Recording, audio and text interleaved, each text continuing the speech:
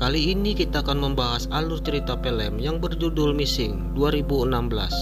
Berceritakan tentang perjuangan seorang ibu untuk menemukan anaknya kembali yang telah diculik.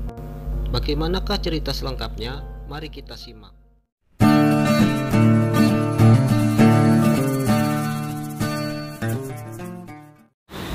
Film ini dimulai dengan memperlihatkan seorang wanita yang bernama Jisun. Dia adalah seorang wanita karir yang memiliki anak balita perempuan. Anaknya ini bernama Dayun. Karena kesehariannya, Jisun sibuk dengan pekerjaannya hingga tidak ada waktu untuk mengurus anaknya di rumah, sehingga dia mempekerjakan seorang pengasuh anak di rumahnya. Gadis yang mengasuh anak ini bernama Hanmei. Hanmei ini belum beberapa lama tinggal dan merawat anak Jisun. Pengasuh ini terbilang telaten dalam merawat anak. Dia bisa membuat anak Jisun merasa nyaman di pelukannya. Bahkan di suatu hari anak itu pilek. Tanpa segan-segan Hanmei ini menghisap langsung dari hidung anak Jisun. Melihat itu, Jisun mengatakan bahwa ia tidak perlu melakukan hal itu karena kotor. Karena itulah Jisun menyuruh Hanmei pergi ke dokter untuk mengobati anaknya. Namun Hanmei mengatakan bahwa dokternya saat ini lagi libur dan besok Hanmei akan mengantarkan anak Jisun ke dokter. Dan Jisun juga berkata bahwa hari ini dia akan pulang telat karena ada acara makan malam. Sebelum pergi, Jisun memberikan gaji Hanmei untuk bulan ini. Ia sangat berterima kasih kepada Hanmei yang menjaga anaknya dengan tulus. Dan Jisun pun segera pergi ke tempat kerjanya. Film pun berlari ke Jumat pagi. Pagi itu Jisun sedang terburu-buru karena dia harus menghadiri di pengadilan untuk mengurus hak asuh terhadap anaknya yang sejak lama Jisun bersama suaminya telah berpisah. Dia kemudian mencari Hanmei di kamarnya, namun dia tidak menemukan Hanmei dan anaknya. Jisun berpikir kemungkinan Hanmei dan anaknya berangkat ke dokter pagi itu. Dan saat itu di pengadilan menjelaskan jika dari segi keuangan dan psikologi Jisun tidak memiliki kesempatan untuk mendapatkan hak asuh atas anaknya. Namun Jisun berkata pada hakim jika dia adalah perempuan pekerja keras, dia juga memiliki pengasuh yang hebat. Dia masih bisa merawat anaknya dengan baik selama ini. Dan lalu sidang pun diakhiri, dan sidang pun akan diadakan beberapa hari lagi. Di saat itu pengacaranya mengatakan jika seperti ini terus Jisun akan kehilangan hak asuhnya. Pengacara juga mengatakan jika Jisun ingin menang, lebih baik minta kepada mantan suaminya untuk mencabut gugatan tersebut. Setelah menghadiri sidang membuat Jisun terlambat datang ke tempat kerjanya. Di saat di tempat kerjanya dia pun bertemu dengan atasannya dan memarahi Jisun. Jisun pun hanya bisa meminta maaf. Film pun kembali ke masa lalu. Jisun dan suaminya yang seorang dokter pergi mengantar anak mereka yang sedang sakit. Saat itu mereka masih bersama dan dikarenakan suaminya selingkuh mereka pun harus berpisah. Dan film pun kembali ke masa sekarang. Terlihat saat itu Jisun meminta pada suaminya untuk mencabut gugatan atas hak asuh anaknya. Tapi sang suami tidak bisa dikarenakan yang bersikeras mengambil anak itu adalah ibunya, yaitu mertua Jisun. Dan mantan suaminya mengatakan besok mertuanya itu akan mengambil anak Jisun di rumah. Malamnya pun Jisun pulang ke rumah, tetapi sesampai di rumah ia begitu curiga. Ia lalu memeriksa kamar Hanmei dan anaknya dan tidak menemukan mereka. Saat dia keluar pintu, dia menyadari ada seorang pria berbaju hitam seperti sedang mengawasi rumahnya, tapi Jisun tidak menghiraukannya. Jisun terus mencari siapa tahu mereka ada di taman, tapi sampai di sana dan menanyakan pada security di sana tetap nihil hasilnya. Jisun pun pergi ke tetangganya dan menanyakan bibi pengasuh yang bekerja di tempat tetangganya tersebut. Tetapi ternyata pengasuh yang dimaksud sudah tidak bekerja di sana lagi. Akhirnya tetangganya itu memberikan nomor si bibi pengasuh itu. Jisun pun mengingat saat pertama kali Hanmei datang ke rumahnya. Kondisi di saat itu Jisun sangat kerepotan karena harus mengasuh anaknya sendirian. Diketahui jika Hanmei ini berasal dari Cina. Dijelaskan juga jika Hanmei ini adalah keponakan dari sang bibi ini. Sang bibi ini juga mengasuh anak tetangganya. Jisun juga sempat bingung kenapa bibi ini punya keponakan berasal dari Cina. Padahal dia orang Korea. Bibinya ini juga memberi alasan kakeknya yang mempunyai keponakan angkat dari imigran. Karena sulit berbahasa Korea dengan baik, Hanmei awalnya diragukan oleh Jisun. Tetapi setelah melihat Hanmei juga bisa menidurkan anaknya yang sedang menangis dengan menyanyikan sebuah lagu hingga anak itu tertidur. Akhirnya Jisun memperkerjakan Hanmei sejak hari itu. Film pun berlari ke masa sekarang. Terlihat Jisun sedang mencoba menghubungi ponsel Hanmei yang tidak aktif. Saat dia memeriksa di lemari Hanmei, ia menemukan kartu pengenal suaminya di dalam lemari. Ia pun heran pada saat itu. Jisun lalu mencoba ke kantor polisi. Dia memberikan KTP Hanmei untuk diperiksa. Lalu di saat itu pengacaranya menelponnya dan menyangka Jisun menyembunyikan anaknya dan merencanakan sesuatu dan bisa berakibat dia kehilangan hak asuh nantinya. Lalu ia pun membatalkan laporannya itu dan segera pergi. Secara mengejutkan, Jisun tidak mengetahui bahwa KTP yang diberikan Hanmei kepadanya adalah KTP palsu milik orang lain yang entah milik siapa. Jisun pun pergi ke alamat yang tertera di KTP itu. Jisun pun menekan pemilik rumah itu tentang keberadaan Hanmei, tetapi wanita parubaya yang berkebangsaan Cina itu malah mengusirnya. Keesokan harinya pada hari Sabtu, tepatnya 2 hari sudah anaknya menghilang. Lalu di saat itu ibu mertuanya datang menjemput cucunya, tapi Jisun segera menghindar dan berlari. Dia masih belum bisa menceritakan hal sebenarnya kepada mertuanya. Di saat perjalanan, bibi pengasuh yang membawa Hanmei waktu itu menghubunginya dan menanyakan ada apa kegerangan. Pengasuh itu mengatakan jika Hanmei ini sebenarnya bukanlah keponakannya. Dia telah dibayar oleh Hanmei agar diperkenalkan dengan Jisun saat itu. Kemudian Jisun mendatangi klinik di mana sebenarnya Jumat kemarin Hanmei harus membawa anaknya waktu itu berobat. Secara mengejutkan lagi diketahui Hanmei dan anaknya pergi ke klinik itu Kamis pagi hari. Terakhir Jisun melihat Hanmei dan anaknya. Pegawai klinik itu menjelaskan juga jika Hanmei membawa resep obat-obatan flu untuk sebulan penuh. Yang biasanya hal itu dilakukan oleh ibu-ibu yang hendak melakukan perjalanan jauh. Lalu Jisun pun kembali ke rumahnya dengan keadaan bingung dan shock.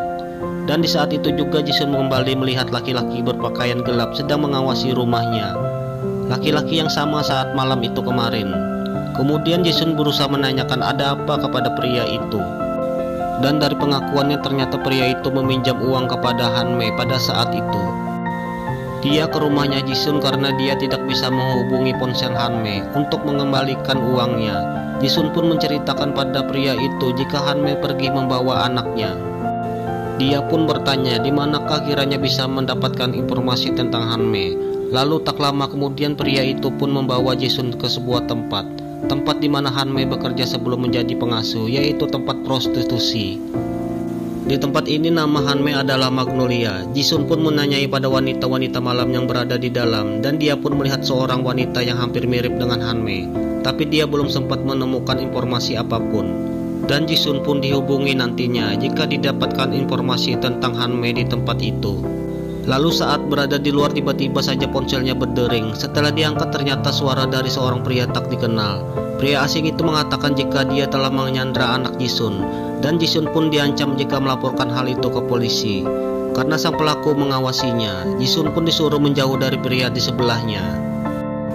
Jisun begitu panik mendengar suara anak kecil menangis dan membuat Hanmei ketakutan.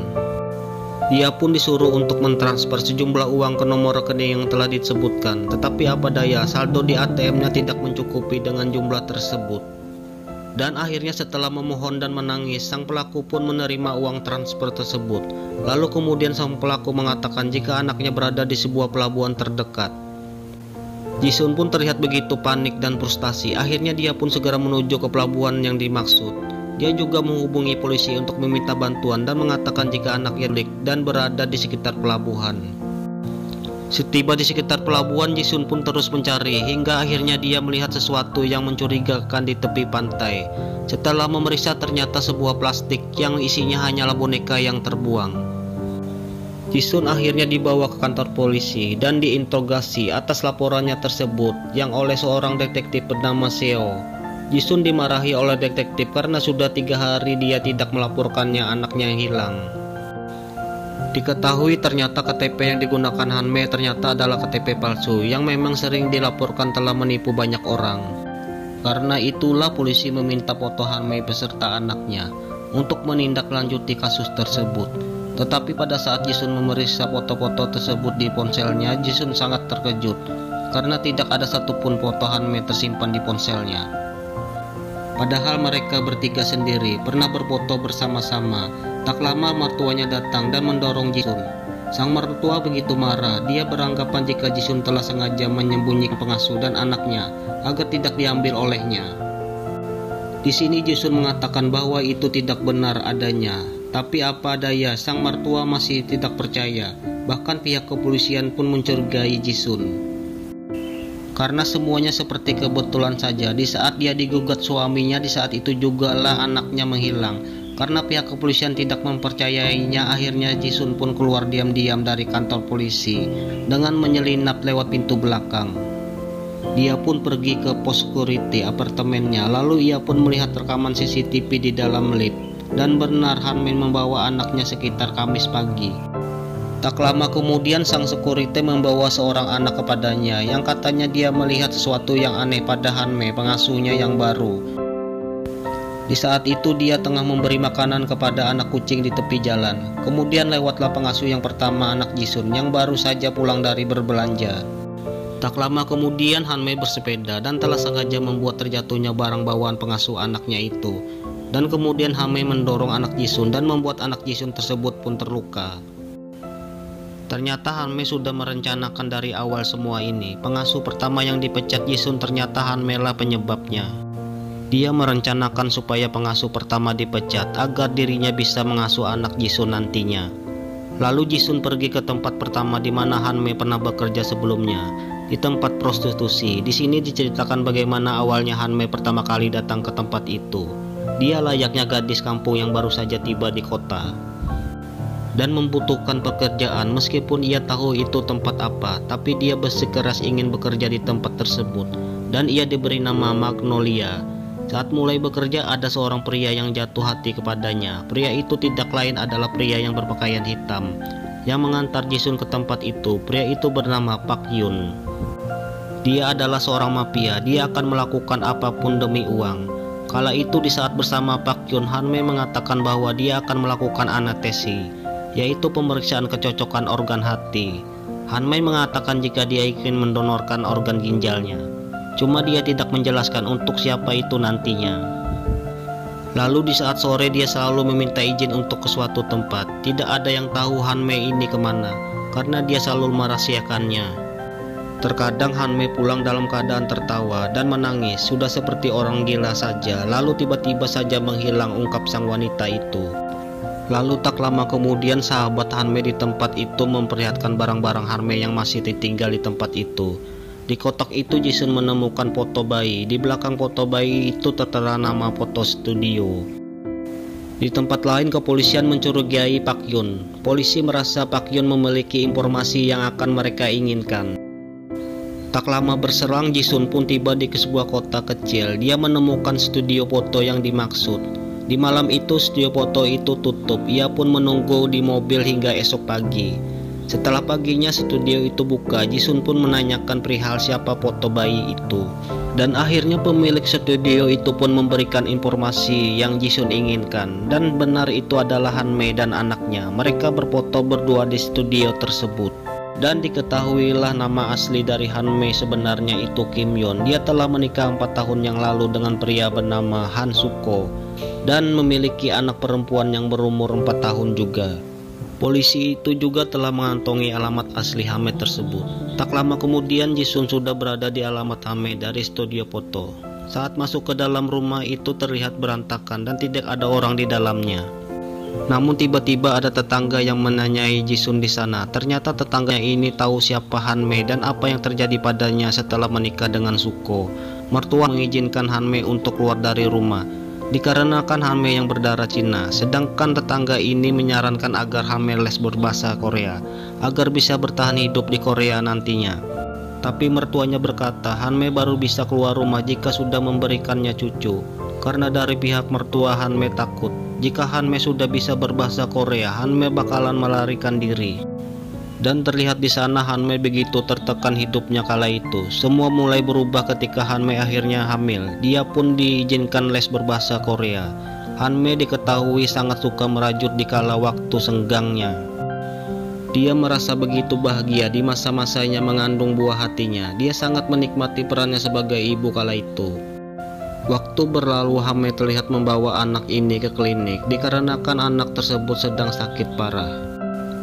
Namun dokter klinik menyarankan agar anaknya tersebut dibawa ke rumah sakit di kota. Namun saat bersamaan mereka dan suaminya mengambil anaknya dalam keadaan sakit kembali pulang. Entah apa maksudnya mereka meninggalkan Hanme yang begitu sedih di tengah jalan. Itulah terakhir kalinya tetangganya ini melihat Hanme di sana. Dijelaskan setelah beberapa hari kemudian terdengar Hanme melarikan diri dan membawa anaknya ini pergi ke Seoul. Hanme sendiri sebelumnya masih sempat berkomunikasi dengan tetangganya ini saat masih di Seoul. Tak berapa lama polisi menemukan lokasi itu di mana Jisun berada, dan tak membutuhkan waktu lama Jisun pun akhirnya tertangkap dan dibawa ke kantor polisi. Ibu mertua Hanme berada di sana. Ia melaporkan anaknya yang hilang, tak ada kabarnya dalam seminggu terakhir. Di saat itu Jisun melihat sebuah foto di ponselnya. Baju yang dikenakan anak Hanme di rumah sakit, dia seperti tidak asing dengan rumah sakit itu. Akhirnya dia mengingat ketika memeriksa kamar Hanme dan menemukan kartu pengenal milik suaminya. Dia pun memberitahu pada detektif untuk pergi ke rumah sakit di mana suaminya bekerja. Saat di perjalanan menuju Seoul, polisi menemukan kendaraan suami Hanme yang hilang seminggu yang lalu, dan mengejutkan lagi ternyata Suko ditemukan dalam keadaan mengenaskan. Dia tewas dalam keadaan sekujur tubuhnya telah terbakar. Di saat menelusuri ruangan rumah sakit, Jisun mendengar suara nyanyian sama persis yang dinyanyikan oleh Hanme kala itu. Ternyata itu seorang wanita yang sedang menidurkan anaknya. Dari cerita wanita ini dia mengetahui cara menenangkan bayi itu dari seorang ibu yang menunggu anaknya yang sedang sakit, dan tak lain itu adalah Hanme. Ternyata Hanme kabur dari rumah suaminya dan pergi ke rumah sakit Seoul dengan membawa anaknya, di mana suami Jisun bekerja sebagai dokter di rumah sakit itu. Tak lama kemudian pihak rumah sakit memanggil Hanme. Ternyata tagihan biaya anaknya membengkak. Namun jika dalam seminggu ini ia tidak segera melunasinya, anaknya akan dikeluarkan dari rumah sakit itu. Tetapi Hanme tetap tersenyum. Dia terlihat tegar dengan anaknya yang sedang sakit. Karena itulah Hanme menghubungi Pak Yun, lelaki mafia berpakaian hitam yang menyukainya. Ternyata dia berniat untuk menjual ginjal kirinya kepada Pak Yun. Hasil jual organnya itu akan membiayai pengobatan anaknya. Saat operasi dilakukan, Pak Yun berjanji akan membayarnya minggu depan, tapi naas pihak rumah sakit mengingkari janjinya. Mereka memulangkan secara paksa Hanme dan anaknya padahal belum sampai seminggu.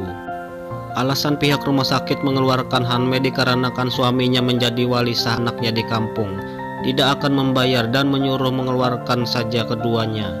Ditambah pihak rumah sakit mengatakan jika Hanme ini bukanlah warga negara Korea. Dia tidak memiliki hak yang sama seperti warga yang lainnya. Dan saat bersamaan dia memohon pada dokter yang berada di dekatnya, yang tidak lain itu adalah suami dari Jisun. Dan tidak ada yang memperdulikannya. Anak dari Hanme pun tak henti-hentinya menangis. Lalu Hanme tanpa sengaja melihat Jisun, anak beserta suaminya yang mengangkat anaknya tadi berada. Jisun terlihat sedang membawa anaknya yang juga sedang sakit di sini. Polisi pun mengubah status yang awalnya anak hilang menjadi kasus penculikan. Kemudian tanpa sengaja Jisun melihat kain di atas meja yang biasanya dirajut oleh Hanme. Dia teringat di atas meja itu dia pernah memakan kimchi yang dingin. Karena itulah Jisun memeriksa lemari pendingin di dapurnya, dan betapa terkejutnya dia ada bayi tergeletak di dalam sana. Dan Jisun pun merasa takut. Ia mengira itu adalah anaknya yang hilang, dan ternyata itu adalah anak Hanme yang telah meninggal sangat lama. Lalu film pun kembali ke masa lalu. Terlihat Hanme bersama anaknya. Dia merasa kondisi tubuh anaknya yang kian mendingin, dan ia pun begitu kepanikan dengan kondisi pada anaknya. Dia pun berusaha membawa anaknya pergi mencari bantuan. Tapi apalah dayanya, tak lama kemudian buah hati tercintanya itu pergi untuk selama-lamanya. Singkat cerita, Pak Yun pun diinterogasi kepolisian. Dia akibatkan jejak kakinya yang tertinggal di hari pembunuhan suami Hanme. Dia pun menjadi tersangka. Jisun tiba-tiba masuk dan menanyakan di mana anaknya berada. Dan akhirnya Pak Yun pun menceritakan apa yang dia ketahui. Pak Yun menyukai Hanme. Dia mengikuti Hanme yang kembali ke desanya waktu itu. Ternyata Hanme berniat bertemu dengan suaminya, tetapi terjadi kesalahpahaman dengan Pak Yun. Dia menghajar habis-habisan karena dia melihat suaminya melakukan yang tidak layak terhadap Hanme di dalam mobil. Lalu Hanme pun berkata jika dia adalah suaminya. Saat itu dia membutuhkan persetujuan hak wali atas anaknya yang dirawat di rumah sakit. Karena kalau tidak dapat persetujuan, anak itu akan meninggal dunia, ungkapnya. Tapi tetap saja suaminya menghindari janjinya. Pak Yun juga menceritakan Hanme yang menjalani operasi penjualan organ ginjalnya. Namun saat Pak Yun sudah mendapatkan uang hasil dari jual organ Hanme, dan akan memberikannya kepada Hanmei. Semua sudah terlambat. Anak Hanmei telah meninggal dunia. Semenjak itulah dia lama tak berjumpa dengan Hanmei, hingga sebulan kemudian dia bertemu lagi dengan Hanmei. Ternyata Hanmei menyimpan dendam dengan suaminya yang menolak persetujuan rawat inap di rumah sakit waktu itu. Hanmei pun menyuruh Pak Yun untuk membunuh suaminya. Pak Yun mengatakan bahwa membunuh orang itu biayanya sangat mahal.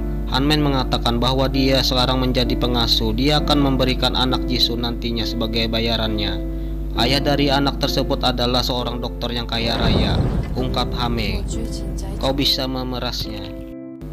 Tetapi Hanmei mengingkari janjinya sebelum Pak Yun berhasil mendapatkan sang anak.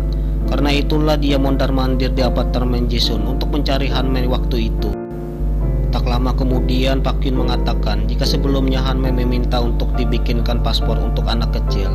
Hanmei pernah berniat untuk kembali ke kampung halamannya di Cina bersama anaknya. Dari informasi tersebut, kepolisian pergi menuju ke sebuah pelabuhan. Mereka mendapatkan petunjuk jika jam 1 siang nanti akan ada kapal yang akan berlabuh ke Cina. Sesampai di sana, Jisun bergegas menerobos masuk ke dalam kapal. Dia pun mencari ke seluruh isi kapal.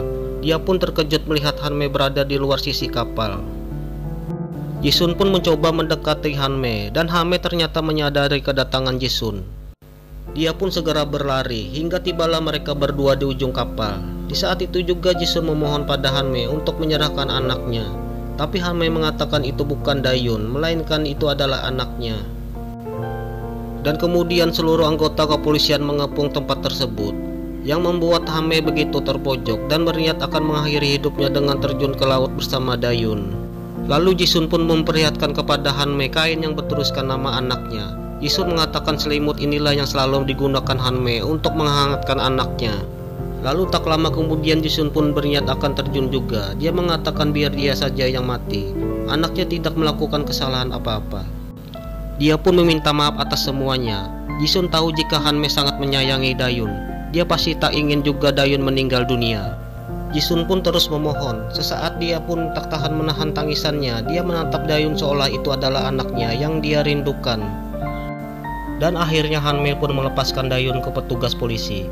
Namun kemudian Hanmei memilih untuk mengakhiri hidupnya dengan melompat ke laut. Dia pun terlihat tenggelam bersama selimut yang biasa menghangatkan anaknya. Dia pun melepas pertolongan yang Jisun akan berikan kepadanya. Dia pun berharap akan bertemu anaknya kembali, anak yang begitu ia cintai.